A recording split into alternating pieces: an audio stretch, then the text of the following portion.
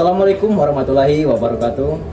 Perkenalkan, kami mahasiswa Universitas Bengkulu, Fakultas Ekonomi dan Bisnis, Program Studi S1 Manajemen. Di sini kami akan memberikan pelatihan mengenai laporan keuangan. Sebelum memasuki ke pelatihan mengenai laporan keuangan, kami akan menyampaikan tentang dasar-dasar dari laporan keuangan. Dari apa itu laporan keuangan, seberapa penting laporan keuangan, jenis-jenis laporan keuangan, dan sumber-sumber dana untuk usaha UMKM. Jadi langsung saja simak video berikut.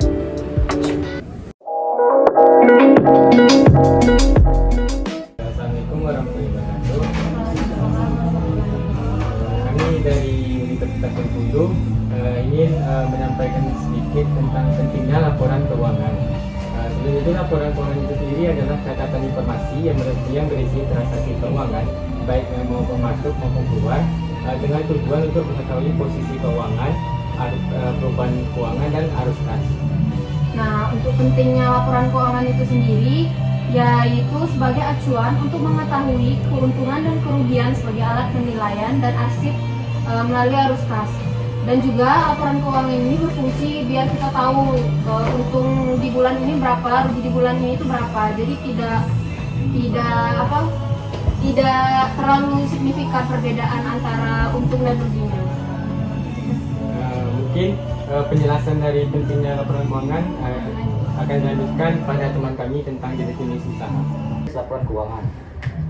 Untuk laporan pertama yaitu laporan laba rugi. Laporan laba rugi adalah laporan yang akan memberikan gambaran tentang kinerja keuangan perusahaan selama waktu tertentu. Terus yang kedua, neraca keuangan. Neraca keuangan adalah laporan keuangan yang menampilkan posisi keuangan suatu usaha pada suatu periode tertentu. Terus yang ketiga, laporan arus kas. Laporan arus kas adalah laporan keuangan yang mencatat semua transaksi uang masuk dan uang keluar selama periode waktu tertentu.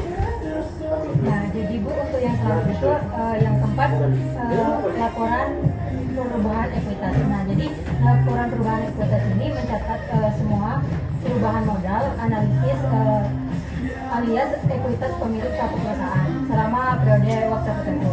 Nah, jadi laporan ini mencakup investasi pemilik, laba yang ditahan, dan perusahaan lainnya dalam ekuitas perusahaan. Nah, laporan perubahan ekuitas ini membantu dalam melacak kontribusi pemilik dan ekuitas perusahaan. Nah, jadi yang terakhir itu catatan atas laporan keuangan. Catatan atas laporan keuangan ini disusun berdasarkan penjelasan terkait jenis laporan keuangan neraca, perubahan modal, dan laba rugi. Nah, laporan ini penting dilakukan karena nantinya akan memiliki pemahaman yang baik terhadap manajemen keuangan. Baiklah, selanjutnya itu saya akan membahas tentang sumber-sumber dana.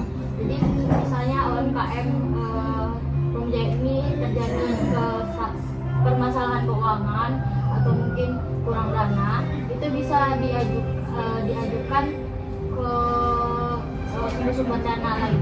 Nah, sumber-sumber dana di sini itu bisa melalui bank, terus juga ada yang namanya dana bantuan dari pemerintah, yaitu tuh ada BLT, yaitu bantuan langsung tunai, sama BPUM. Nah, itu tuh kalau BPUM itu tuh bisa cash melalui website atau situs pemerintah koperasi dan UMKM. Nah, terus itu juga ada sumber dana dari angel investor. Nah, jadi kalau angel investor itu tuh merupakan seseorang yang bersedia memberikan dukungan berupa dana untuk pelaku usaha, khususnya para pejuang UMKM. Dana dari angel investor akan diberikan di awal usaha sebanyak 1 kali sebagai langkah pertama dari suatu usaha. Nah, kalau dari bank tadi itu biasanya itu kalau kita mau meminjam kredit bank itu ada agunannya itu seperti aset. Nah, tapi juga ada pilihan untuk tidak memberikan agunan, itu tuh namanya itu KTA kalau salah saya. Nah, terus juga kalau KTA itu tuh ada juga minusnya, yaitu tuh bunganya itu lebih besar daripada yang pilihan agungan tadi. Jadi itu saja yang dapat saya sampaikan mengenai sumber-sumber dana. Terima kasih telah datang dan hadir pada pelatihan kali ini. Saya kira assalamualaikum warahmatullahi wabarakatuh. Baik, sekian video tentang pelatihan laporan keuangan kami pada sesi pertama. Kami ucapkan terima kasih atas perhatiannya. Kami akhiri. Wassalamualaikum warahmatullahi wabarakatuh.